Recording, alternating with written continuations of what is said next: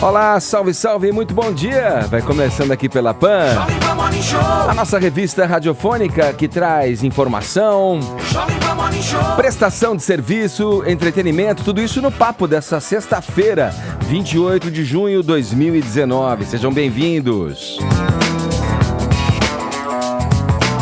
No sufoco, seleção brasileira passa nos pênaltis pelo Paraguai e agora enfrenta o confronto entre Argentina e Venezuela. Espera, na verdade, o confronto entre Argentina e Venezuela para a decisão na semifinal da Copa América. Popularidade, ou seria impopularidade? Pesquisa Ibope mostra pior avaliação do governo Bolsonaro desde a posse. Liberdade, felicidade e foda-se. Hoje a gente recebe a antropóloga Miriam Goldberg e a terapeuta sexual Paula Napolitano para uma conversa aqui sobre alguns assuntos complexos, digamos assim, da nossa vida. Esses são alguns destaques do Morning, que está só começando e você é nosso convidado especial. Bom dia, Paulinha. Bom dia, Edgar Piccoli. Tudo bem? Tudo bom, querido. O que temos para hoje? Hoje a gente tem uma hashtag muito divertida, Edgar. Vamos relembrar um meme famoso que apareceu ali mais ou menos em 2013, numa entrevista da Rede Globo pré-vestibular, quando para uma garota de humanas foi perguntado o que ela esperava para o ano seguinte. Relembrem a resposta, por favor, Bruno. Nossa Senhora, vamos ver. Ano que vem eu quero estar na praia, vendendo minha arte, das coisas que a natureza dá pra gente. Foi aí que descobriu-se, Edgar, que deveríamos ajudar o povo de humanas a fazer miçangas, não é verdade? Essa garota tá certa. Descobriu-se essa necessidade de ajudar o pessoal de humanas. Você sabe que na live de ontem, o presidente Jair Bolsonaro atualizou este meme, trazendo para esta mistura um novo elemento. O nióbio. Vamos conferir, Ed. Ele é azul porque é azul. Tem de várias cores. De acordo com a teta do nióbio, o pessoal faz cordãozinho de nióbio. A vantagem disso aqui em relação ao ouro, primeiro são as cores que variam e ninguém tem reação alérgica ao nióbio. Alguns têm ao ouro. Às vezes a mãe bota um brinquinho na orelha da menina, deixa bem claro, e tem reação. E isso aqui não tem. A cara Agora, da Helena. sabe quanto? Eu te falei, né? Isso custa $1.000, mais ou menos R$4.000. Isso de ouro, eu acho que valeria, pelo peso, valeria talvez uns R$3.000 no Brasil. Então, olha só, bijuteria, entre aspas, né, de nióbio.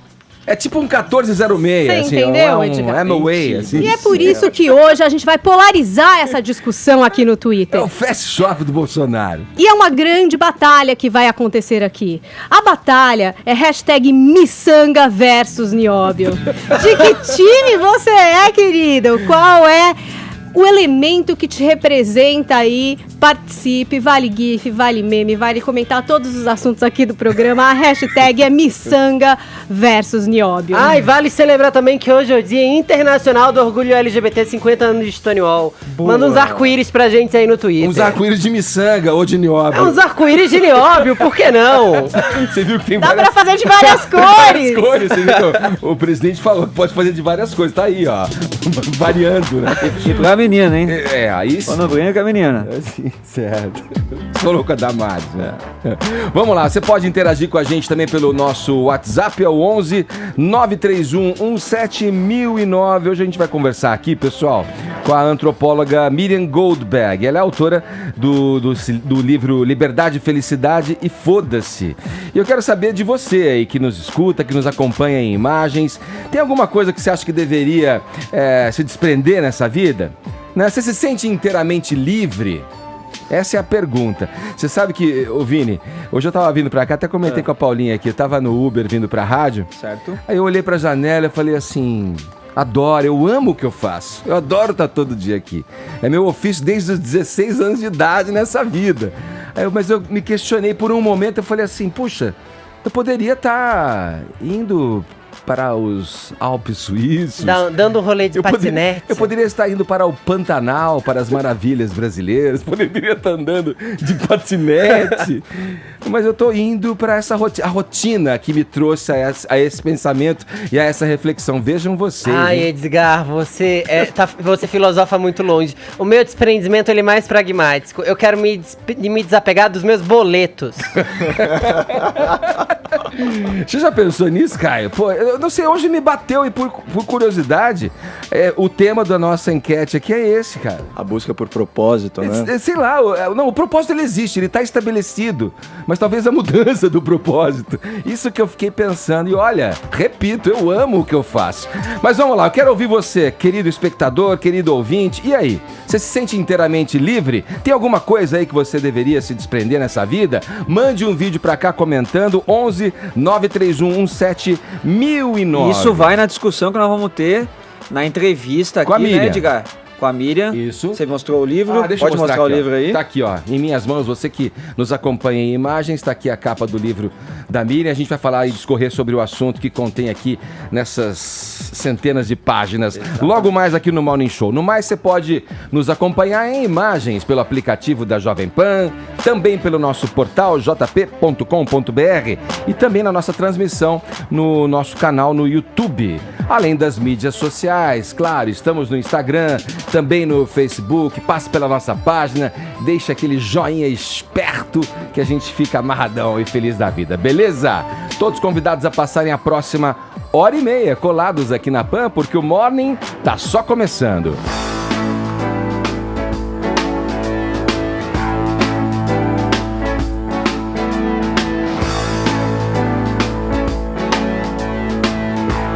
Bora, Paulinha, aproveitar que você já tá aquecida aí, já se aqueceu com a nossa hashtag. O ator Fábio Assunção se manifestou sobre um vídeo íntimo que circulou nas redes sociais. O que foi que ele disse exatamente, Paulinha? Olha, ele publicou um textão, ele contextualizou um pouco do que ele tá fazendo agora. Então, e aí ele ficou especialmente bravo com essa história, Edgar, porque não é a primeira vez, não é verdade? Eu senti um pouco diferente a reação da imprensa e até da internet em relação à liberação desses vídeos.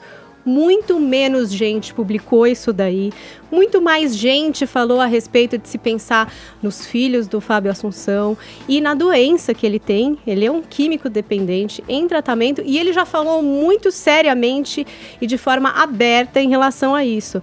Então, com essa viralização aí de outros vídeos, ele resolveu se manifestar. É importante lembrar que já é o terceiro ou quarto vídeo do Fábio Assunção viralizado. A gente tem ele sendo preso em Arco Verde, a gente tem ele num supermercado fumando dentro do supermercado, supostamente embriagado, que é o que originou a tal máscara de carnaval dele. Não é a primeira vez que isso acontece. E isso tem acontecido com uma constância terrível, porque parece agora que as pessoas não dão descanso pra ele. Elas estão em busca de ridicularizá-lo a qualquer momento. E aí ele colocou o seguinte, ó, esse vídeo é criminoso, bem como sua propagação, e eu garanto que a pessoa que o expôs será por meios legais identificada e responderá judicialmente. Eu aqui sigo em paz. Essas coisas machucam, mas não arranham minha motivação de vida e nem minha força e minha crença que há um poder superior nos protegendo do mal. É um texto bastante grande, onde ele também aproveita para agradecer os apoios que ele recebeu nas redes do filho do João Assunção, que fez um texto muito bonito, e ele fala numa parte assim, ó: por ser uma figura muito pública, quando passamos por tempos ruins, sofremos em dobro, aguentando olhares julgadores, comentários, posts, tweets e mais, criticando como se aquelas ações ruins definissem seu caráter por completo. Infelizmente, hoje digo que já estou acostumado com esse tipo de tratamento e, sendo realista, nunca culpei outros ou ignorei o fato dele ser responsável. E aí, no fim, ele fecha falando: Fábio Assunção, você é foda, e confirma aí também o apoio que dá pro pai, e também a namorada do Fábio Assunção, que é quem tá com ele na foto do textão que ele publicou, que é a Mel Pedroso, fez um texto onde, primeiro ela dizia que, olha o meu namorado como está hoje, né? Porque no vídeo claramente imagens antigas, não são imagens atuais, não é alguma coisa que aconteceu agora, né? Então ela fala um pouco disso no começo, e aí ela diz o seguinte, enquanto muitos seguem a vida fazendo fofocas, sem construir nada, eu observo e admiro meu namorado construindo obras e obras, trabalhos e mais trabalhos que impactam vidas, seres humanos. Esse dia que estou de vermelho, uma foto que ela publicou, ele recebeu o prêmio de melhor ator do país. Será que alguém que trabalha tanto e faz tão bem aos outros não merece um pouco de paz? Discutam política, discutam o país, discutam direitos humanos, não invadam a privacidade alheia. Perfeito. Olha, toda a minha solidariedade aqui, falo pessoalmente, mas acho que em nome desse grupo aqui, na Jovem Pan, porque qual é o propósito de uma pessoa que se presta, um ser ignóbil que se presta a dar esse clique e expor o Fábio Assunção? Que obviamente nós fizemos questão de não mostrar esse vídeo aqui, né, Edgar? A gente até tinha visto ele ontem cedo já, mas como era só o vídeo em si, obviamente que a gente não ia falar do assunto. É importante dizer que mesmo quando é em lugar público, o vídeo feito sem consentimento, de maneira rasteira e agindo de má fé, também é condenável, assim como também é muito condenável passar o vídeo adiante. Sim. É tão criminoso quanto. Você recebe no seu WhatsApp e você divulga para sua rede, você está ajudando a propagar um crime. Num país em que a gente discute tanto corrupção e discute tanto crimes e quer tanto ver bandidos na cadeia, não seja você também um bandido e passe esse tipo de material adiante. O Fábio Assunção, inclusive, está bem diferente do vídeo, no visual dele, porque ele está aqui em São Paulo, há 5 meses já, gravando uma série chamada Onde Está Meu Coração, que vai ao ar na Globo, na qual ele é o pai da Letícia Colin, que vai viver uma médica viciada em crack. Letícia Colin, que aliás, ontem anunciou que tá grávida do Michel Melamed, só uma parte. O Fábio Assunção há muito tempo vive uma batalha pública contra as drogas. E esse tipo de atitude é uma atitude de fiscalização do vacilo. É o tipo de atitude de quem espera que ele tropece, e não é o tipo de atitude mais humana. A gente tem que ter um mínimo de empatia e respeito pelos outros. E outra, o que leva alguém a filmar um ambiente íntimo entre 4 paredes? Porque assim, se você for ver o que tá no vídeo, ele tá de cueca, tá se divertindo com as amigas. E eu obviamente assisti o vídeo porque jornalisticamente precisava ver o conteúdo dele e não passei adiante. E não tá fazendo nada demais. Pessoas públicas e pessoas anônimas têm vidas entre 4 paredes e se divertem. Fefita, ontem vários amigos se solidarizaram, né, com o Fábio Assunção. A Mariana Lima, atriz que atua com ele nesse papel, fez um post muito bonito que vai um pouco no sentido desse que você disse, né? Tantas coisas, Brasil passando por tantos percalços, tantas coisas interessantes e importantes que sejam discutidas, e essas pessoas alimentando. É um ser realmente desprezível. Esse que deu o clique, eu fico imaginando o tipo de energia que essa pessoa recebe de volta. E como pai aqui, eu fico pensando, esse post que o João, porque o João a gente também meio que acompanha, porque o João é fruto do casamento do Fábio com a Priscila Borgonov, e ele foi um menino que cresceu também, a gente acompanhando de certa forma. E quando ele faz esse post em defesa do pai, olha, é a melhor coisa que o Fábio poderia escutar como um alento para esse terror, para essa ação desprezível, né, que aconteceu na carreira dele. Eu me solidarizo aqui e mando forças, e realmente não tem por onde mais se indignar com a audácia dessas pessoas que se submetem a esse tipo de atitude aí. Vamos em frente, vai. Vamos falar de política? O episódio do militar brasileiro detido na Espanha com 39 quilos de cocaína em um avião da FAB, diga-se de passagem, segue rendendo, hein? O porta-voz da Força Aérea Brasileira, Major Aviador Daniel Rodrigues Oliveira, afirmou que a investigação corre em sigilo e não entrou em detalhes sobre as medidas de segurança adotadas antes do voo. De acordo com ele, o segundo sargento da Aeronáutica, Manuel Silva Rodrigues, está recebendo suporte do Consulado-Geral do Brasil em Madrid. Vini, vamos lá, o presidente Bolsonaro também falou sobre esse caso, sobre essa questão, e que vem novamente aí num momento onde o Brasil está exposto no exterior, principalmente em decorrência da ida da comitiva brasileira para a reunião do G20. E esse momento foi o que motivou a fala ontem do general Heleno também, quando perguntado sobre o assunto, né, o chefe do Gabinete de Segurança Institucional, general Heleno, que falou que foi uma falta de sorte, e aí as pessoas não entenderam muito bem o que ele quis dizer. Ontem, nessa live com o Bolsonaro, que a gente vai mostrar daqui a pouco o que o Bolsonaro falou, o general Heleno disse que a falta de sorte que ele quis se referir ali foi porque vem bem neste momento que o Brasil está nos olhos do mundo ali nessa reunião da cúpula do G20. E o Bolsonaro gravou também essa live ontem para falar de diversos assuntos. Estava lá o general Heleno, estava lá o secretário também do Itamaraty, Edgar, e o Bolsonaro disse que o caso não tem nada a ver com ele, que quem associar isso com ele que associar isso a ele é uma loucura, e diz também que o caso tem que ser punido aí no rigor da lei. Vamos ver. Me associar ao episódio de ontem é brincadeira, não vou nem responder esse negócio aí, tá ok? Vai pagar um preço alto. A investigação está aberta, IPM, toda a colaboração com a polícia espanhola. Eu quero agradecer o governo espanhol aqui publicamente, porque deteve o elemento e não deteve a tripulação. Eu lamento esse elemento aí, que pelo que tudo parece, está há algum tempo envolvido nisso, que ninguém numa primeira viagem vai botar 39 quilos de entorpecente, e vamos investigar. Esse elemento integrou aí escalões semelhantes aos 2 últimos governos que se passaram. Deu azar, né, João? Deu azar. Na primeira viagem nossa, deu azar. Nas outras, ele viajou à vontade. Na primeira, creu, tá certo? Creu, chifre, se deu mal. Tá ok? É bom o pessoal já ir se acostumando que conosco é assim. Sabe o que eu acho lamentável? Pensando aqui, é óbvio que ninguém tá atrelando o traficante, porque é isso que ele é, né? A gente não tem que chamar essas pessoas pelas profissões quando a gente chama pessoas pobres de traficantes. A gente tem que dar ao peso da notícia do mesmo jeito. Esse traficante, ninguém tá ligando ele diretamente ao Bolsonaro.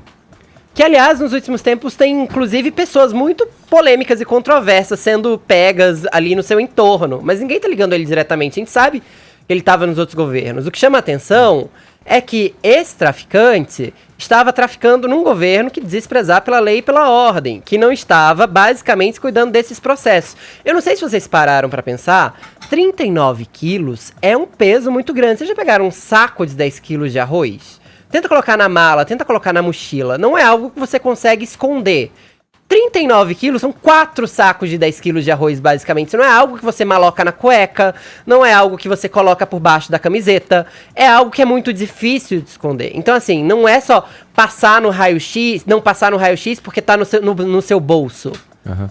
Tem que estar malocado de algum outro jeito. Agora, vamos também condenar esse discurso do Bolsonaro e também do general Heleno, porque, assim, não é falta de sorte, não é azar, é crime.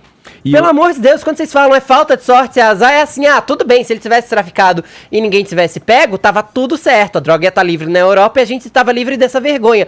Não! Aproveita essa vergonha para cuidar desses processos. E declarar sigilo em cima disso, eu acho que é contraproducente, porque a gente não tá falando de uma investigação que põe alguém em risco. Aliás, a gente tá falando de investigação que tá começando lá fora, e não aqui no Brasil. Assim, tá tudo no campo da suposição, né? A primeira vez, é tudo no campo da suposição. O sujeito que trabalha, esse sargento, o Manuel Silva Rodrigues, ele pelo que se soube dele, uma espécie de comissário. Então ele organiza e ele teria o acesso a essas aeronaves que preparam o embarque da comitiva brasileira para viagens internacionais. Então ele tem essa prerrogativa de preparar o ambiente, prover das necessidades ali do voo para a comitiva brasileira. E aí teria, em função desse ofício dele natural, ali alguma liberdade para poder viabilizar esse mal feito, esse crime, do qual ele é o protagonista. Agora seria também... Aconteceu em outros governos. A gente falou ontem Dilma, aqui, em 99, no FHC, o avião que foi preso, o Hércules C-130, em Recife, quando fez uma escala em Recife, antes de ir para a Europa. Agora, tem uma mudança de crime aí também, né, Caio? Porque é uma questão internacional aí, né? O avião que foi pego e que detectou-se na época, acho que 33 quilos de cocaína nesse avião de 99, quando o Fernando Henrique era o presidente, estava em território brasileiro.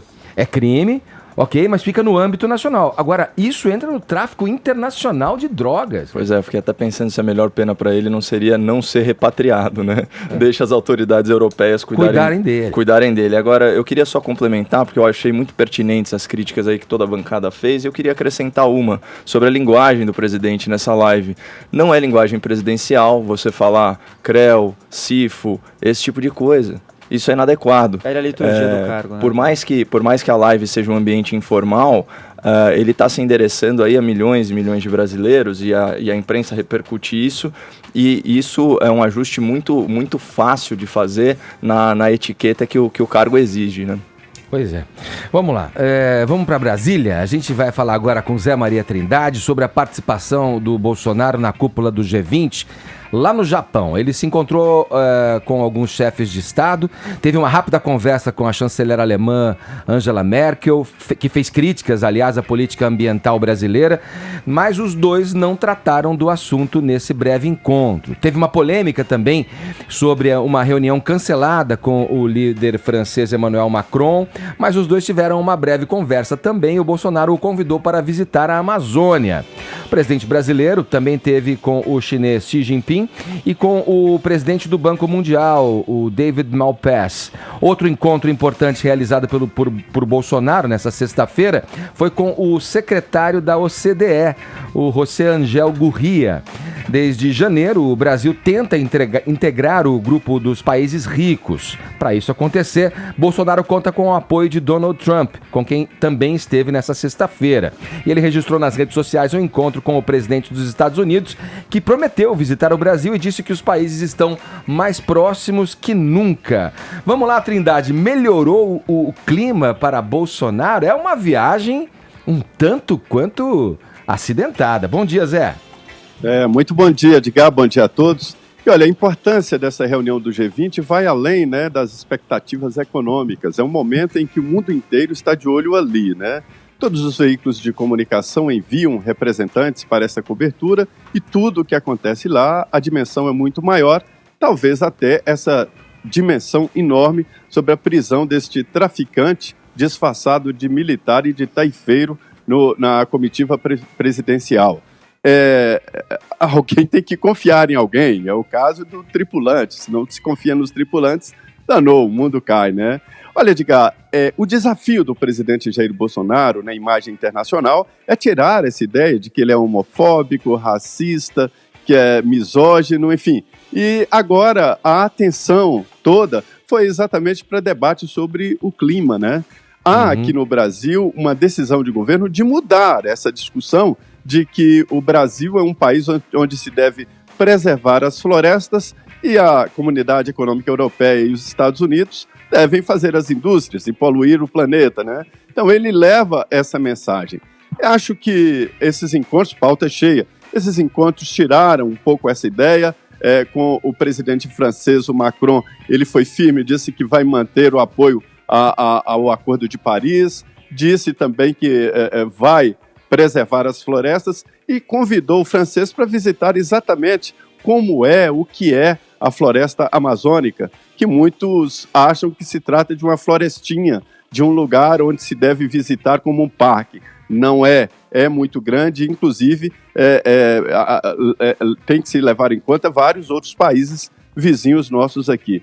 Então, está sendo uma viagem positiva e o Jair Bolsonaro, como o Trump, tem este dom de chamar a atenção, negativamente e positivamente, né? Tudo que ele faz é notícia.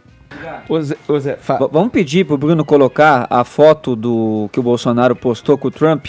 Assim, nas redes sociais dele, né, com o sinalzinho ali de positivo. Joinha. Marcou o Trump e fez ali o sinalzinho de positivo também. Claramente gringos imitando brasileiros. Ô Zé, eu quero que você siga com a gente aqui. Acompanhamos com atenção aqui a sua reportagem, Zé. Mas ficou uma dúvida aqui que foi um consenso na bancada. O que seria taifeiro, hein? Olha, eu vou te explicar. É porque na Marinha e na Aeronáutica existe uma atividade que cozinha, faz cozinha, limpa chão, lava prato, né? E nesse caso era um taifeiro do avião, do avião de transporte de autoridade. Era o cara que se via lanchinho. É o nome chique para isso. Salário de R$7.400. É tipo um copeiro, né, Zé? Só que do oficialato, né? Porra. Nesse caso, agora existem vários taifeiros, é o que faz o serviço. Pô, deu uma o serviço assim de... É um nome bonito, né? Eu dei uma argumentizada que eu chamei de comissário. Tudo bem, eu acho que é mais realista esse termo que você empregou aí, Zé. Gostei. Segue com a gente, Zé. Quero falar aqui de uma pesquisa Ibope encomendada pela CNI, que revelou que o governo de Jair Bolsonaro subiu 5 pontos de reprovação, né? Atingindo aí uma taxa de 32%, a maior desde a posse. Já a aprovação caiu 3 pontos do último levantamento divulgado em abril e também ficou em 32%. Foram ouvidas 2.000 pessoas entre os dias 20 e 26 de junho em 126 municípios brasileiros. A margem de erro é de 2 pontos percentuais para mais ou para menos. Sobre a maneira de governar, Bolsonaro viu sua aprovação cair de 51% para 46%, enquanto a desaprovação subiu de 40% para 48%. A queda na popularidade do presidente é a maior entre as mulheres, entre as pessoas com até a 4ª série da educação fundamental, os com menor renda e os residentes das regiões Norte, Centro-Oeste e Nordeste. Já a região Sul consolida a maior popularidade territorial de Bolsonaro. Entre os setores, a área da educação teve o maior aumento de insatisfação, saindo de 44% para 54%. Caio.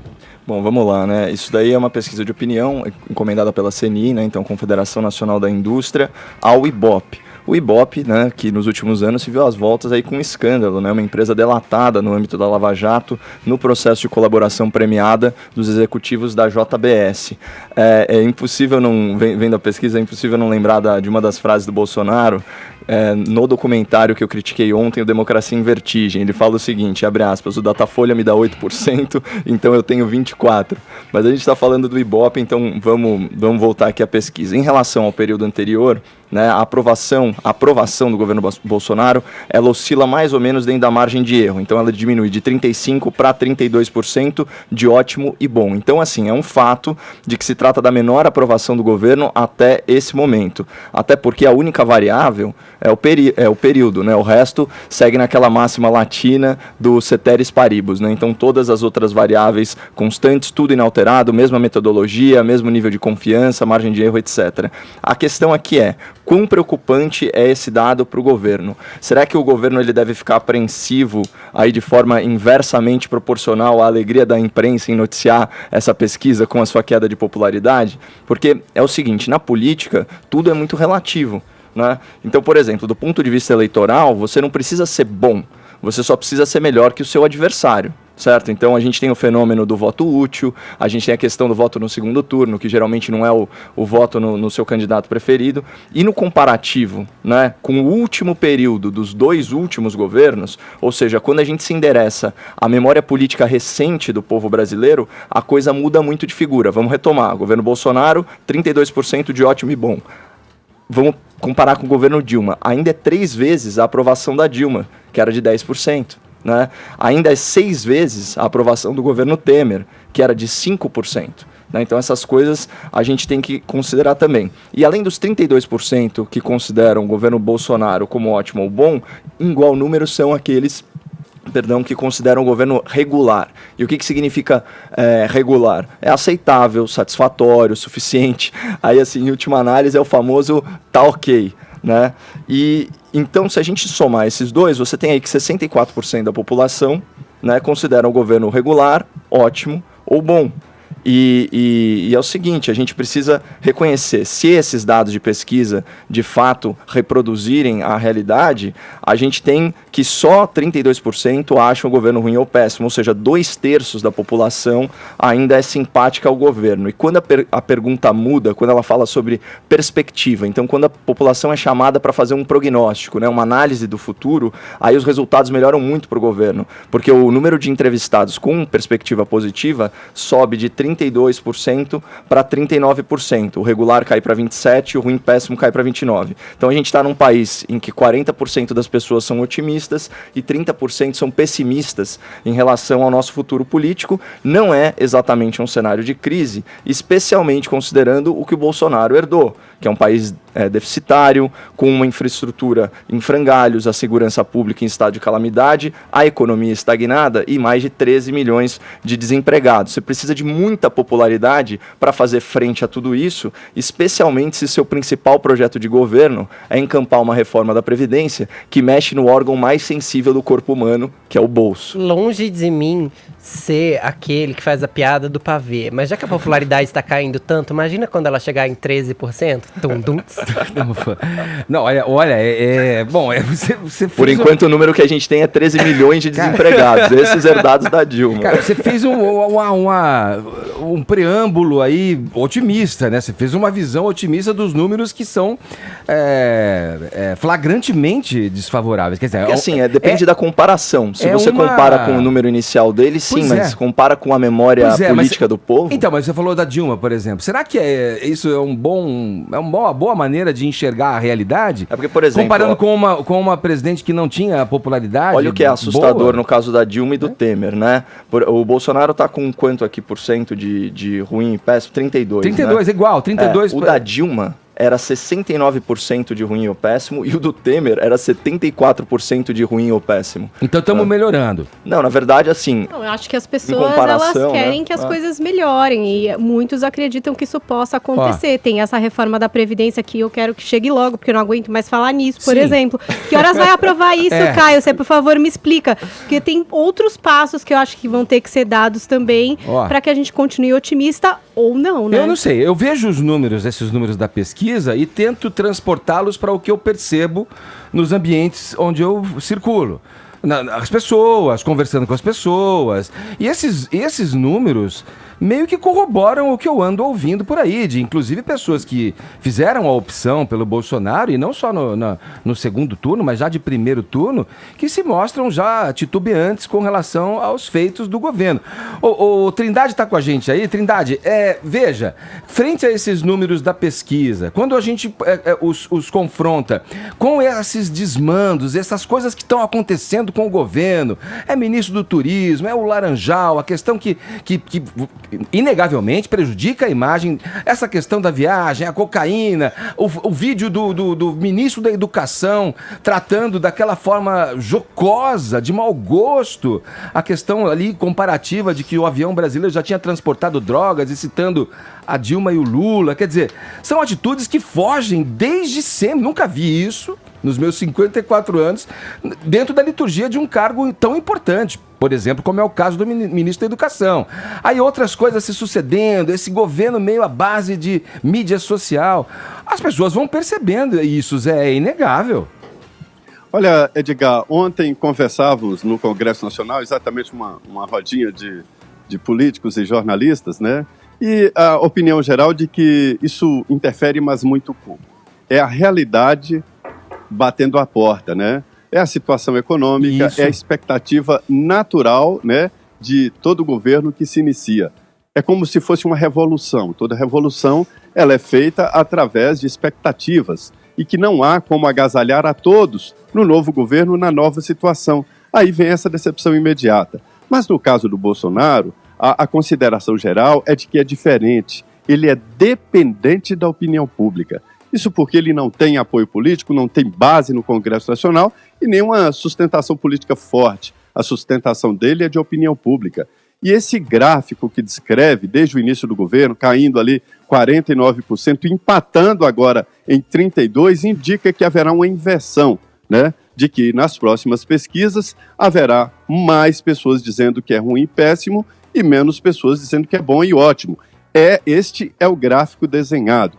Quanto à pesquisa do Ibope, eu acho que o mundo liberal, a maior invenção do mundo é a credibilidade, é a moeda do liberalismo. Ninguém entra num restaurante se não tiver a certeza, a confiança, a crença de que a comida vem da maneira que ele quer, sem nenhuma interferência, ninguém cuspiu no prato lá dentro. Isso é a troca de confiança. Eu acredito numa pesquisa porque se trata de uma ação científica. Há um curso superior exclusivamente sobre contas, sobre projeções e sobre pesquisas, né, estatística. Então é real, não é uma opinião, é uma decisão. Se eles mentem, aí vem a história do prato do restaurante que vem mal servido e a gente não tem domínio sobre isso. Sim. Mas a pesquisa indica que houve ali um cruzamento de linhas dos que aprovam e dos que reprovam, né? E não se pode comparar com o governo Dilma, apesar dele, o Bolsonaro já está sendo chamado no Congresso de o Dilmo, né? Mas não se coincide porque o governo Bolsonaro é diferente e é dependente de apoio público. Falou, Zé. Obrigado pelas informações. Bom trabalho aí em Brasília, meu camarada. Um abraço para os taifeiros. Um abraço para os taifeiros. Não é pejorativo, não. É um nome real mesmo, uma opção. Valeu, Zé. Aí a gente segue aqui no Morning Show. Agora eu vou fechar o bloco com você, Fefito. Vamos lá. O ex-global Ivan Moré, apresentador do esporte, né? Do Esporte Espetacular, não era? Já fez Globo Esporte também, fez Esporte Espetacular antes, assim. Ele parece que ia, num primeiro momento, pra Record, já tinha meio que encaminhado alguma coisa ou era tudo fogo de palha mesmo? Menino, você acredita que Ivan Moré melou a negociação dele com a Record, mas parece que ainda há esperança, viu? Segundo notícias da TV, aliás, na semana passada, a negociação melou porque a Record queria contratar ele CLT e ele queria CPJ. Veja só você. Mas a negociação, por mais que tenha sido melada, por mais que tenha entrado areia aí nela, ela ainda tem chance de acontecer. Mas ao verem que o Ivan Moré ainda não sacramentou tal contrato com a Record, 2 emissoras passaram a ficar de olho nele. E ele tem convites para almoçar com a direção de jornalismo da Rede TV. A Rede TV está interessada no passe do Ivan Moré, assim como também está a CNN Brasil. Ou seja, ele é alguém que não vai sofrer junto com os 13 milhões de desempregados desse país, porque afinal de contas ele está sendo muito procurado e está cheio de ofertas. O futuro do Ivan Moré ainda está indefinido, porque ele ainda tem tempo também para definir isso. O contrato dele com a Globo chega ao fim em agosto desse ano, então ainda tem 2 meses aí de salário caindo na conta, para poder ficar tudo certo, antes do distrato ser sacramentado de fato. Agora, na Record tem gente achando que a coisa não vai. Já tem gente achando que pode haver também uma mudança, também, uma outra ala da diretoria acha que pode haver uma mudança, porque querem muito ele como grande nome do Pan-Americano. Aguardaremos os próximos capítulos, você pode ler mais sobre isso no jp.com.br/Fefito, o blog mais fino, elegante, sincero, depois do da Paula Carvalho nessa rádio, mas também leia já sobre as 2 novas contratações da Rede TV, Karina Bach e Mário Frias. Quando a gente fala desses nomes, possibilidade desses nomes fortes do esporte indo para a Record, a gente até fica com esperança, né, de que a Record realmente invista no setor de esportes e passe a competir, né, e oferecer ao telespectador uma opção além da TV Globo, né? Seria uma coisa muito legal de acontecer. Já tem um programa de esportes que é apresentado pela Milena Ciribelli e ele passaria a apresentar um programa diário de esportes. Mas o problema do esporte, mesmo, exatamente, Fefito. O problema da Record com esportes aqui, tem o PAN, que é muito forte, mas depois nos outros tempos do ano não tem. Mesmo a Rede TV transmite campeonatos europeus, já transmitiu a Série C, a Série B, a Band tem também futebol, mas a Record não tem outras transmissões, assim, outras coberturas específicas ao longo do ano. Até nesse setor, no esporte, a Rede TV investe e tem na sua grade um conteúdo muito maior que a própria TV Record. É verdade, tem mesmo. Inclusive, Record, fica a dica, olha só, você pode investir em campeonatos de bocha, de curling. Olha só que coisa empolgante. Brincadeira, tô tirando sarro. Bocha. É isso. Ô, chamar o Casão, já que a gente falou. Eu tenho saudade do Ivan, meu. O Ivan era o companheiro. Ô, Casão, e o jogo ontem, meu? Eu não assisti. 10h39, horário de Brasília. Jovem Pan Morning Show. Jovem Pan Morning Show. Vamos lá, meu amigo ouvinte, querido espectador. Você já se fez alguma dessas perguntas aqui, ó? Qual é o significado da vida? O que falta para eu ser feliz? Como eu posso ser mais leve? Por que eu tenho medo de envelhecer? A nossa convidada de hoje se fez esses questionamentos e mergulhou em pesquisas e experiências pessoais para desvendar esses propósitos tão complexos da nossa existência. O resultado você pode encontrar nesse livro aqui, ó, que eu tenho em minhas mãos, você que nos acompanha em imagens está vendo, que é o Liberdade, Felicidade e Foda-se. Quero dar as boas-vindas aqui à antropóloga Miriam Goldenberg, professora titular do Departamento de Antropologia Cultural da Universidade do Rio de Janeiro e colunista do jornal Folha de São Paulo. Bom ter você por aqui, viu, Miriam? Muito bom estar aqui. Eu adoro o programa de vocês. Que honra! E gosto de ver. Você gosta de assistir. Porque eu gosto de ver a cara de cada um na hora que vocês estão conversando. Na hora dos quebra-paus ou não? Não, todas. Eu gosto. Muito legal ter você aqui para falar do conteúdo. Eu tenho certeza que o ouvinte, nosso espectador, vai se interessar, porque é um questionamento que todo mundo se faz. Em algum momento da vida ou em vários momentos da vida. E para participar dessa conversa, Miriam, a gente convidou também aqui a nossa colaboradora de longa data, a terapeuta sexual, Paula Napolitano, aqui no Duas Boas-Vindas também. Legal você estar aqui, Paula. Bom dia, é um prazer enorme estar aqui compartilhando essa bancada especial. Vamos abusar do seu conhecimento aqui para indagar a Miriam também. Miriam, vamos lá. Como eu falei aqui na introdução do nosso assunto aqui, você mistura um pouco do teu trabalho coletado através das entrevistas aí, estudos, com reflexões tiradas desses encontros e conversas para escrever esse livro que eu mostrei aqui para os nossos espectadores e criar uma tese que você chama de Antropologia da Felicidade. O que seria? Dá para, em poucas linhas, dizer pra gente o que é Antropologia da Felicidade? Eu criei esse nome porque desde os meus primeiros estudos, há 30 anos que eu faço pesquisas. Sim. Desde o primeiro, que foi sobre a outra, amante do homem casado. Sim. Depois foi Leila Diniz, toda mulher é meio Leila Diniz, minha tese de doutorado. Depois eu comecei a estudar corpo, envelhecimento. Falei, todos têm um tema em comum. A busca da felicidade. E é uma obsessão que eu tenho desde o início das minhas pesquisas. E eu percebi, no ano passado, que eu queria falar sobre isso. Porque eu estava recebendo tanta gente falando sobre depressão, sobre briga, sobre violência, sobre conflitos, que eu falei, gente, eu preciso sair dessa lama. A gente precisa falar de alguma coisa positiva. E eu mergulhei nesses 30 anos de pesquisas, que são 5.000 questionários, grupos focais, entrevistas, e busquei aprender como ser feliz mesmo no meio da lama. E é isso que o livro traz. Não são receitas, mas são depoimentos de homens e mulheres dos 18 aos 98 anos, sobre o que eles fazem no seu cotidiano para serem um pouco mais felizes e principalmente para serem mais livres. Paulinha Napolitano, será que o que a Miriam está falando para a gente aí também dessa avalanche de coisas ruins e enfim, e te motivou a falar, peraí, vamos sair desse limbo aí, para usar dessa lama, para como você usou o termo aí.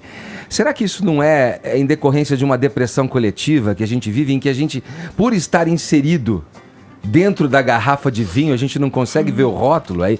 É uma coisa meio assim, como é que eu posso vislumbrar uma felicidade se eu represento o oposto a esse sentimento no estado em que estou, enquanto coletivo? Não tem, você percebe isso no teu consultório, por exemplo? Sim, essa coisa da depressão, da tristeza ou da ansiedade, ou dessa sensação de sempre falta, né? Nessa sensação de que está sempre faltando, eu preciso sempre estar buscando, e que eu acho que tem a ver com um pouco dessa coisa da liberdade, porque a liberdade também traz um pouco de angústia, né? Porque você também tem muitas opções, e aí a gente não foi muito ensinado a poder escolher e às vezes tocar esse botãozinho aí para poder escolher aquilo que verdadeiramente a gente quer ou sente ou deseja, e às vezes a gente nem sabe aquilo que tem a gente uma coisa da gente se ancorar as nossas opções por causa do excesso de liberdades e no outro também, né?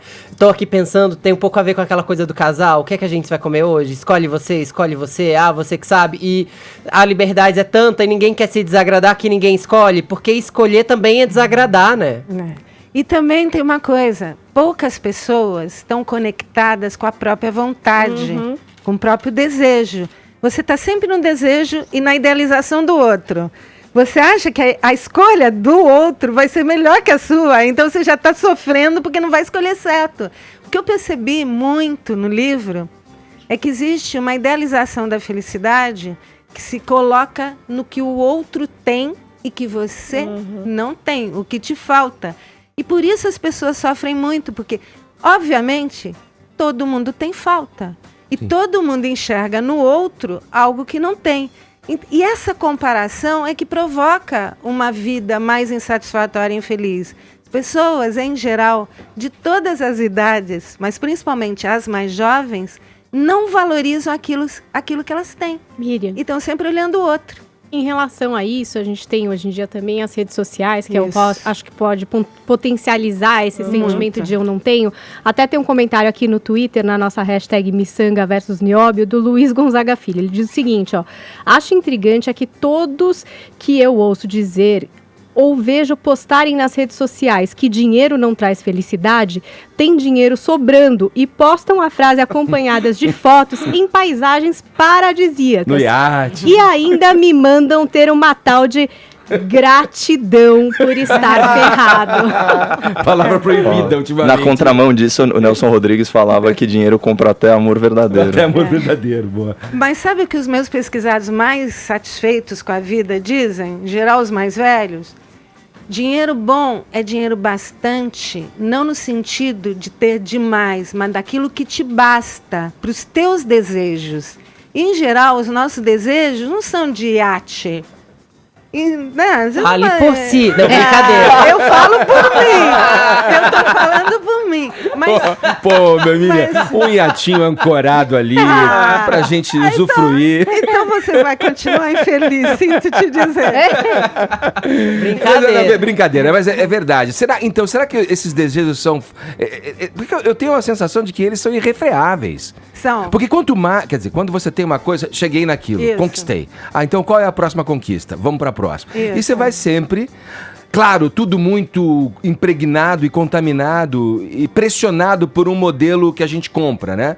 Que a mídia vende, né? A felicidade, as mídias sociais. Paulinha trouxe... Claro, esse é um tema que cabe em todas as discussões. Porque na mídia social, tá todo mundo de boa. Viajando não pra tem ninguém lugares deprimido. Não tem ninguém passando mal. Sabe que uma das soluções que os meus pesquisados encontraram para terem um pouco mais de satisfação com a própria vida? Deletar tudo que é grupo, WhatsApp, Nossa, lindo. Facebook. Isso é liberdade. Eles chamam, e eu uso muito agora isso na minha vida, de faxina existencial. Tirar da vida tudo aquilo que faz mal. E muito... Eu não tenho, sinto informar para os meus queridos amigos, eu não tenho nenhum grupo de WhatsApp, porque é insuportável. Não só as brigas, né, permanentes, mas também aquelas pressões. Né? Você tem que ir aqui, você tem que ir. Eu não quero ir em nenhum lugar. Então, e eu uso o Face, o Instagram, porque as pessoas me olhavam com uma tristeza. Quando eu falava que não tinha Instagram... As pessoas, mas você não tem Instagram? Porque ela queria tirar uma fotinho comigo e postar. Aí eu sou obrigada a ter. Mas eu não me comparo e nem acredito naquilo que... Nem quero saber do que estão postando, porque eu sei que vai me fazer sofrer. A Madonna tem uma frase linda que eu adoro. Ela fala assim, eu tenho inveja de quem não tem inveja de nada. E pelas minhas pesquisas, nesses últimos 30 anos... Não conheço uma pessoa que não tenha inveja de nada. É preciso ser muito iluminado para não se comparar. Tem uns que mentem. Tem uns que mentem. É tipo Tim Maia, né? Não fumo, não bebo e não cheiro. Mas minto um pouquinho. Mas esse eu chamo de invejosos e enrustidos. São os piores. Mas é interessante porque, de fato, a gente só vai saber aquilo que a gente quer e aquilo que é importante pra gente quando a gente fizer pequenas paradas para refletir sobre a nossa vida. Como a gente tá, se a gente tá bem, se não tá, o que tá fazendo mal, olhar para as várias esferas da minha vida para fazer essa reflexão. E o problema é que a gente tá sempre no externo, na ação, no futuro, a gente não tá no presente e se questionando. Então fazer essas paradas frequentemente e até no final do dia, como é que foi meu dia, o que foi bom, Salutar, ter essa né? gratidão e lembrar que tá nos pequenos detalhes muito mais do que no maior, né? Miriam, você tem uma palestra viral, que aliás eu recomendo ao ouvinte da Jovem Pan entrar no Google, lá no TEDx, que é a invenção de uma bela velhice. E nela você discute um conceito muito interessante que eu queria que você explicasse aí de forma mais pormenorizada para o ouvinte, que é da curva da felicidade. Isso. Né? E que ela acaba sendo um U, cujo ponto mais baixo, aí você me corrige se eu estiver errado, se dá entre os 40 e os 50 anos. Isso. Depois a felicidade tende a crescer. Então eu queria saber Eu já tô ficando muito feliz já. Com os meus 54, eu já estou em plena ascensão. Exatamente, você está num momento melhor que eu, porque você está em viés de alta, Edgar, e eu estou em viés de baixa. E o meu astrólogo falou que Urano vai entrar em touro, então eu tô bem, o ano que vem eu vou arrasar.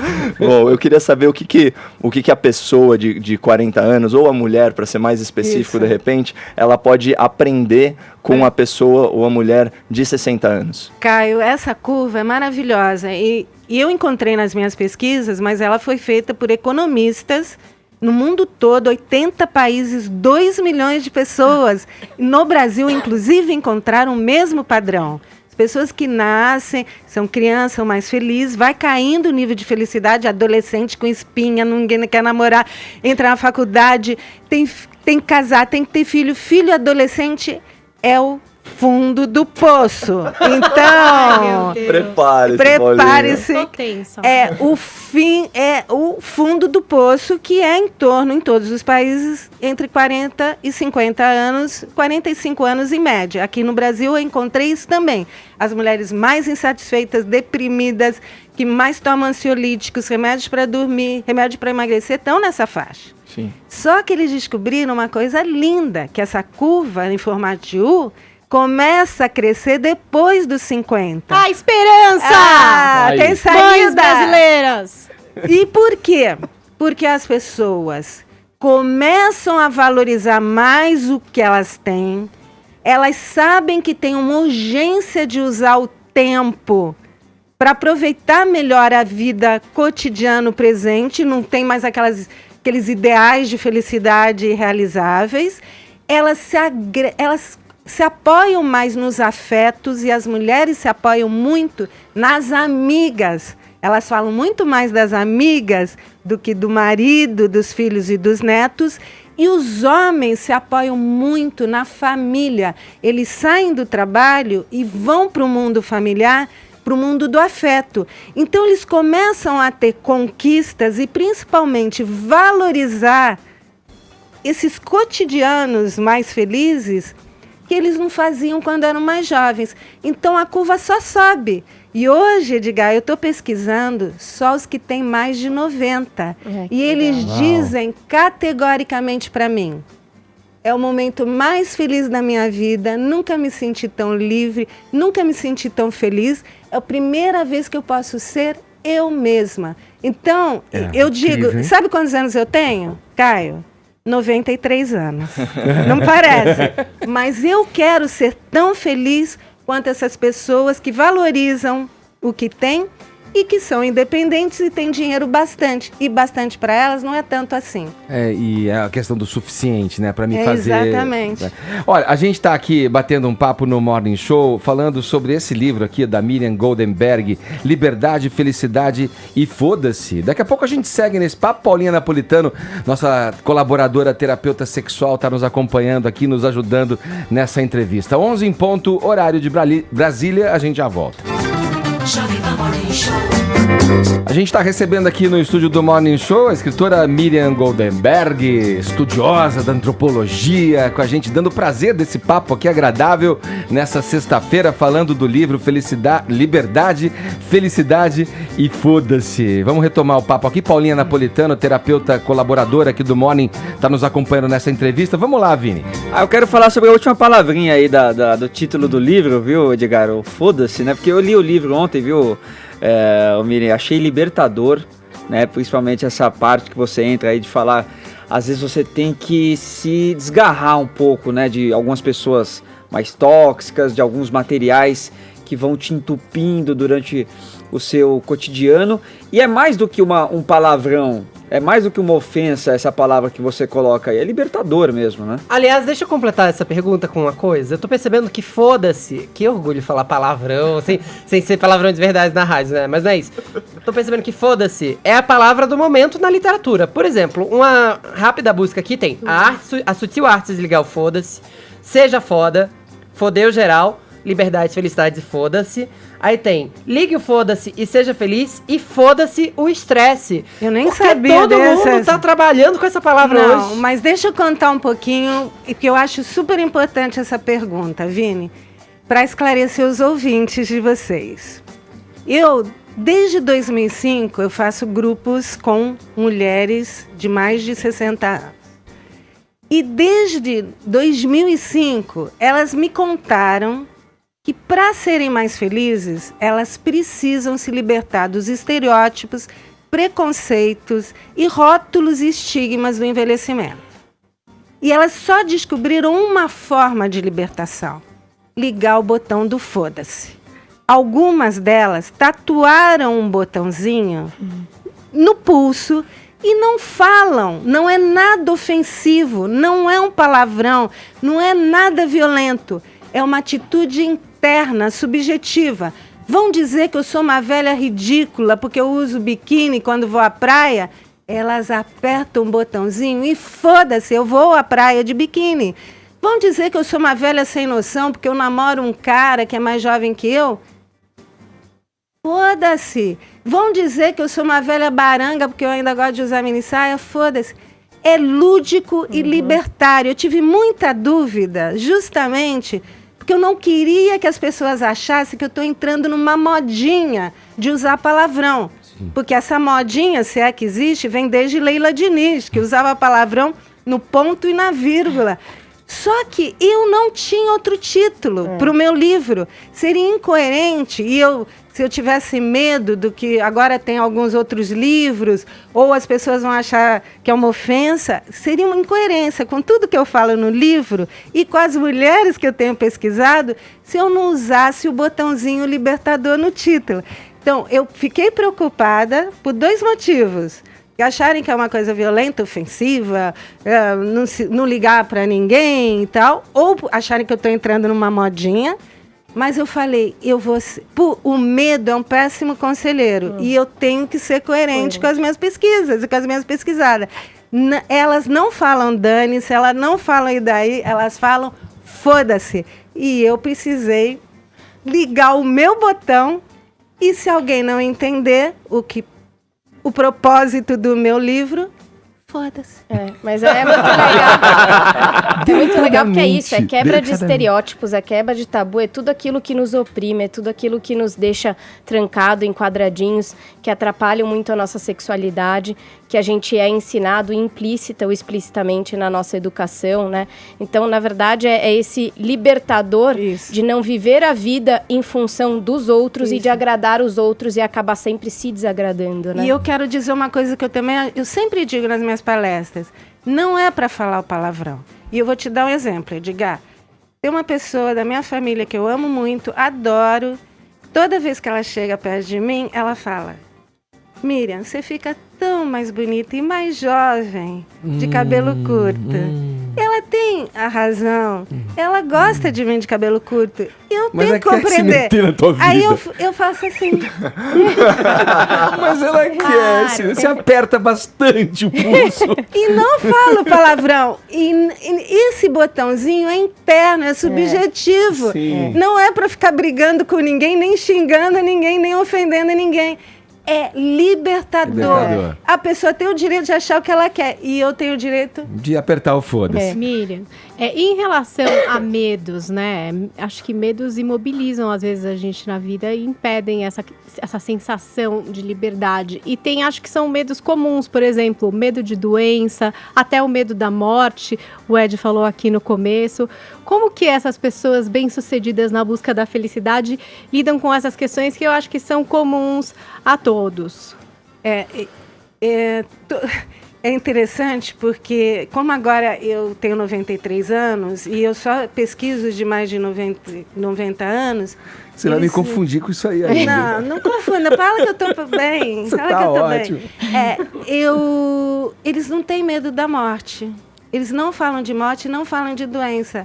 A coisa que mais me alimenta de sentimentos bons é conviver com essas pessoas. Porque eles vivem o presente intensamente. Comem aquela linguicinha devagar, toma a cervejinha devagar.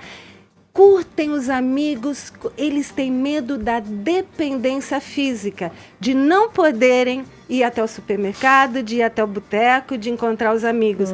Mas eles não falam de doença. Eu fico mais doente, às vezes até do que eles, porque eles se cuidam para serem independentes. Então, o maior medo, e principalmente dos homens, né? É a dependência física, não poderem mais se locomover sozinhos. E as mulheres, quando envelhecem, elas falam muito de liberdade. E as mulheres cuidam muito delas e cuidam muito das outras, né?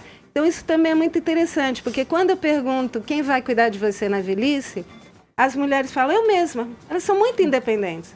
Ou as minhas amigas. E os homens falam, minha esposa, minhas filhas e minhas netas. E por isso eles têm tanto medo da dependência. Ou seja, um bando desencostado.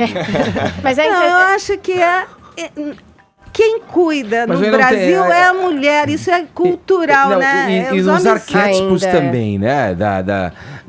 As questões arquetípicas também, né? A mulher, ela tem a imagem da cuidadora. E talvez isso venha aí impregnado nesse sentimento que você... Deixa eu fazer uma provocação. Claro.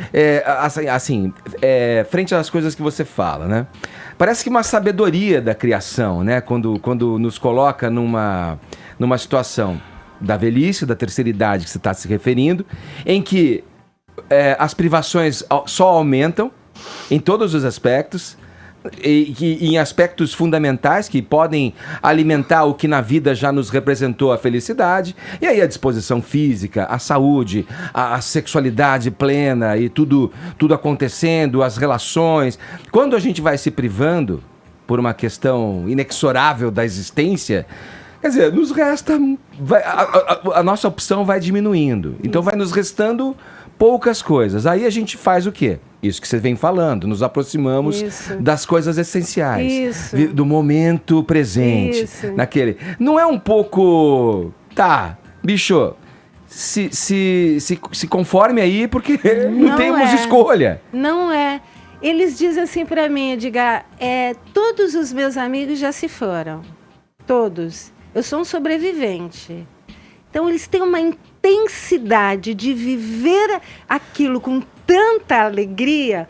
Então, tocam piano, escrevem livros. Vão fazer coisas que nunca fizeram na vida, sempre quiseram. Um que aprendeu com mais de 80 anos, que sempre gostou de música, e era militar, era médico, não tinha tempo. Aprendeu a tocar pandeiro, toca em 2 grupos musicais. Ah, isso é demais. É demais. Eles aprendem computador, eles são muito mais ágeis para falar no Skype. Eu tenho uma aluna de 95 anos que eu amo de paixão. Todos os dias ela me manda mensagem. Então, eles têm uma intensidade e uma alegria que eu não encontro nos mais jovens. E é isso que eu gosto. Não é uma conformidade com a vida. É um enjoy, eu aproveitar a vida. E sinceramente, aquela linguicinha é uma coisa deliciosa na minha vida. Isso a gente fica querendo o iate. Eu prefiro a linguicinha. Eu prefiro a linguicinha. Você tá me falando, eu tava me lembrando de um grande amigo meu, vou até citar o nome dele aqui, Dudu Toledo. Eu conheço desde a época que eu iniciei no rádio, e hoje ele se dedica a dar aulas de yoga. Ele se formou em yoga, um professor de yoga, e ele dá aula. E as pessoas idosas que têm aula têm uma satisfação enorme. Até recomendo pro ouvinte, se quiser procurar, Dudu Yoga para Todos no Instagram, e tem vários exemplos de velhos que ressignificaram a vida, de pessoas velhas que ressignificaram a vida a partir dos movimentos da yoga. É uma coisa bem, bem interessante. Eu quero falar um amigo meu, é o meu melhor amigo, ele tem 96 anos. Eu tive um probleminha de saúde, ele me liga todos os dias. E ele liga, ele cuida de mim. E eu falo, você tem que viver muito, que você tem que cuidar de mim. Ele liga e fala assim, ainda tá na batatinha ou já mudou pra cenourinha? E dá uma gargalhada gostosa. E é isso que pra mim é felicidade hoje. E é isso, esse tipo de amizade, esse tipo de pessoas é que me ensinam a viver. Mas você sabe que é muito legal isso, porque o tempo todo, quando a gente tá falando desse enjoy, dessa intensidade, a gente tá falando de viver o presente. Né? E muito do que a gente vive hoje é um excesso, né, de passado, que aí entra um pouco a questão da depressão de forma simplista, e um excesso de futuro, que também entra um pouco da ansiedade, e a gente não vive o presente. E em falando de sexualidade, se a gente não está vivendo o presente, a gente vai ter diversos problemas. Se o homem não está no presente nas sensações, ele vai ter problema de ereção. Se a mulher não está no presente, ela não vai chegar ao orgasmo, ela não vai ter excitação. Então, muito do viver o presente está relacionado a gente estar conectado com a gente mesmo e com as sensações, né? E aí eu queria saber um pouquinho, Miriam, como é que você está vendo a sexualidade das pessoas que você está entrevistando, né? Como é que tá? Porque ainda é um tabu muito grande a sexualidade na terceira idade. Eles estão conseguindo viver mais isso? Eu tenho feito muitas colunas para a Folha de São Paulo sobre sexo dos mais velhos. Sexo das mulheres mais velhas, sexo dos homens mais velhos. E bomba, primeiro lugar. Porque as pessoas adoram falar e ler sobre sexo, né? Fazer já está mais complicado. Isso é só um detalhe. Isso é só um detalhe. Mas é tão interessante porque o que eu percebo, assim, dos mais de 60, muitas mulheres veem, assim, a velhice como uma libertação, inclusive do sexo. Graças a Deus não preciso fazer mais. Fiz a vida toda por obrigação, tive filho, fui casada, tal. Não quero mais, agora estou velha, eu posso ter essa desculpa. Não quero. E é livre. Outras que gostam, continuam. E continuam bem.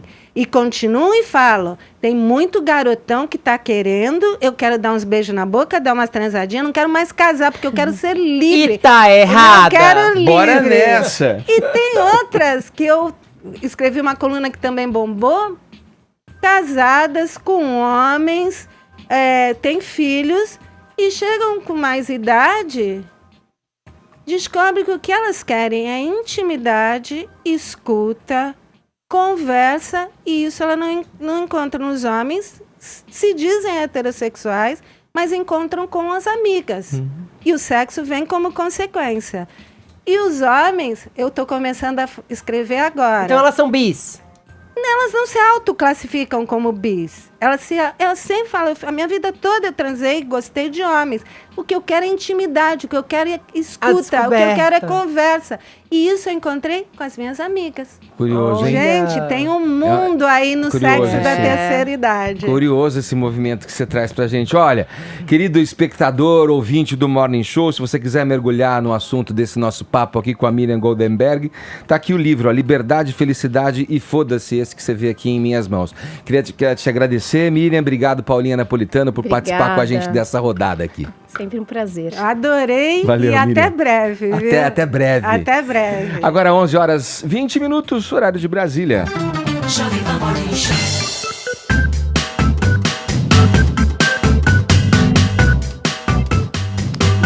Paulinha, como é que tá a nossa hashtag aí hoje, hein? Olha, Edgar, claro que emplacamos entre os assuntos mais comentados. Olha aí que do maravilha! Muita gente pensando em fazer um botãozinho imaginário aí, depois de saber de tudo isso desse livro. Ativar mais o botãozinho, Edgar, todo mundo quer... Botãozinho imaginário vai. Mas também participando da nossa tag aqui, de fato, Miçanga versus Nióbio. Então temos, por exemplo... Minha cabeça tá muito pensando no tal botãozinho até agora, ó. Tô aqui viajando. Ela diz o seguinte: vou de miçanga, são eternas e insubstituíveis, meu lado hippie não deixa negar. E temos também aqui o @tretascomecem. Nióbio é um dos metais mais raros do mundo e é um metal usado pela NASA. A economia do Brasil pode ser ajudada por este ouro preto. Fez até um coraçãozinho para nossa hashtag Miçanga versus Nióbio, Edgar. Olha, o Paulinho, sabe que, não, agora falando sério, o Brasil tem uma reserva de nióbio e tal, e esse minério ele é explorado pelos americanos já desde um tempo aqui no Brasil, por multinacionais americanas. Parece-me que aí, não sei, pelo que li, da família Moreira Salles, de terrenos e terras da família Moreira Salles, que é detentora do Itaú aqui. Então, os americanos já exploram isso desde a década de 70. Ou seja, 60, é bom 70. Investir em nióbio, porque vai que no futuro valoriza. Né? Já sei, vou pedir meu boy em casamento com aliança de nióbio. Teve muita gente sugerindo a miçanga de nióbio, que seria alguma coisa que poderia pacificar o Brasil. Então, fica a dica aí pra você. E a variação de cores do nióbio só não é maior que a da jaqueta do Fefito hoje. Ai, gente, eu tô discreto e fora do meio hoje, eu tô bem arco-íris. Vamos falar de futebol para fechar o Morning Show, estamos na reta final. Olha, seleção brasileira passou pelo Paraguai, mas foi naquele sufoco, hein, Vini? Rapaz, quase que se repetiu o filme, hein? Perder pro Paraguai nos pênaltis, mas ontem eu não tava torcendo. Tá ruim, mas tá bom? Como é que é? Ou tá bom, mas tá ruim? Mais ou menos isso, mas eu não tava torcendo pra seleção brasileira não, viu?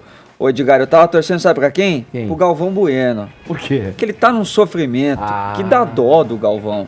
Né? Ele perdeu o xodó dele, né? O Neymar. Ney. Agora tem aí o menino Cebolinha. Menino Cebolinha agora ele adotou. Que ele adotou agora. Everton, né? É o Everton do Grêmio. Que, aliás, Edgar, é interessante observar que o principal jogador da seleção brasileira hoje é um cara que joga no Brasil.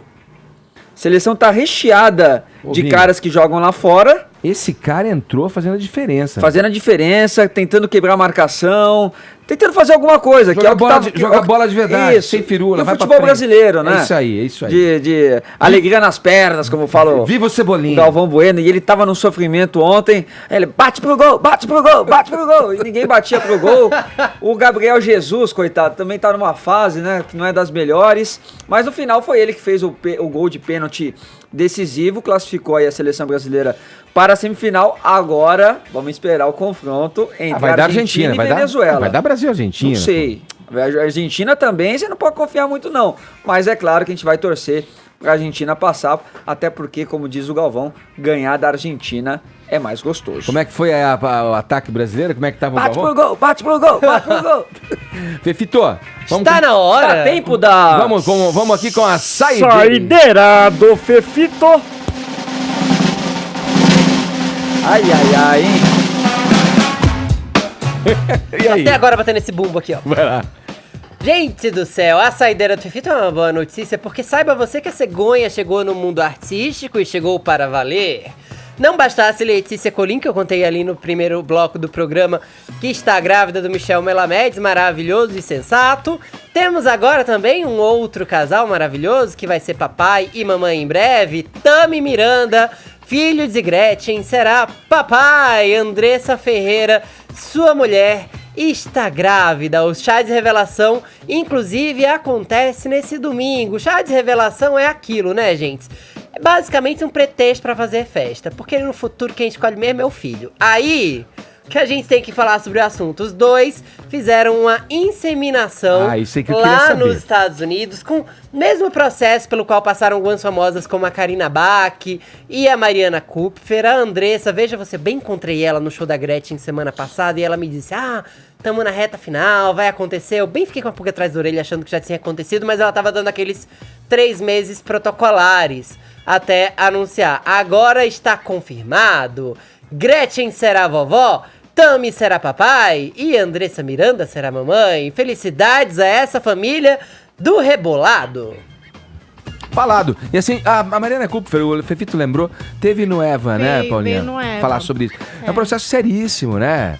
Nos Estados Unidos já é bastante consolidado. Você faz a escolha num banco, tem anônimo, tem de pessoas que querem ser reconhecidas. Enfim, é uma coisa bem extensa. Sério. Tem até um livro da Mariana Kupfer em que ela explicou como foi o processo para ela, inclusive explicando a burocracia de tudo isso. É bem interessante. Temos vencedores aí, Paulinha? Temos a nossa vencedora de hoje, a senhorita G. Stark. Já falei com você, manda nome, RG, telefone para nossa equipe de produção entrar em contato e você receber seu kit do Morning Show. E deixa eu falar uma coisa fofa. Hoje se completam 50 anos de Stonewall e é o Dia Internacional do Orgulho LGBT. Então, se você ainda tem problema por ter um filho, um parente ou um amigo LGBT, está na hora de você abrir seu coraçãozinho, abrir os seus bracinhos e abraçar essas pessoas que ainda vão te dar muita alegria. Você coloca pra fora da boca o que tem dentro do coração e a gente espera que tenha amor. É tempo de exercer a tolerância. Vamos fazer a sua família ficar de boa. Abraça aí essa causa, acolhe e dialoga. Fefiti, o Stonewall Bar, né? Você vai comemorar como? Vai tomar um Dry Martini, Eu vou beijar bastante o senhor Danilo Sala, meu digníssimo, meu filho. Sex vou fazer on the conchinha beach. mais tarde. Qual vai ser o drink do... Vai ser um belo cosmopolita, um belo vinhozinho, entendeu? É isso. Você tá querendo saber demais, curioso. Muito obrigado pelo prestígio de sua audiência. Segunda tem mais, às 10 aqui na PAN. Morning Show.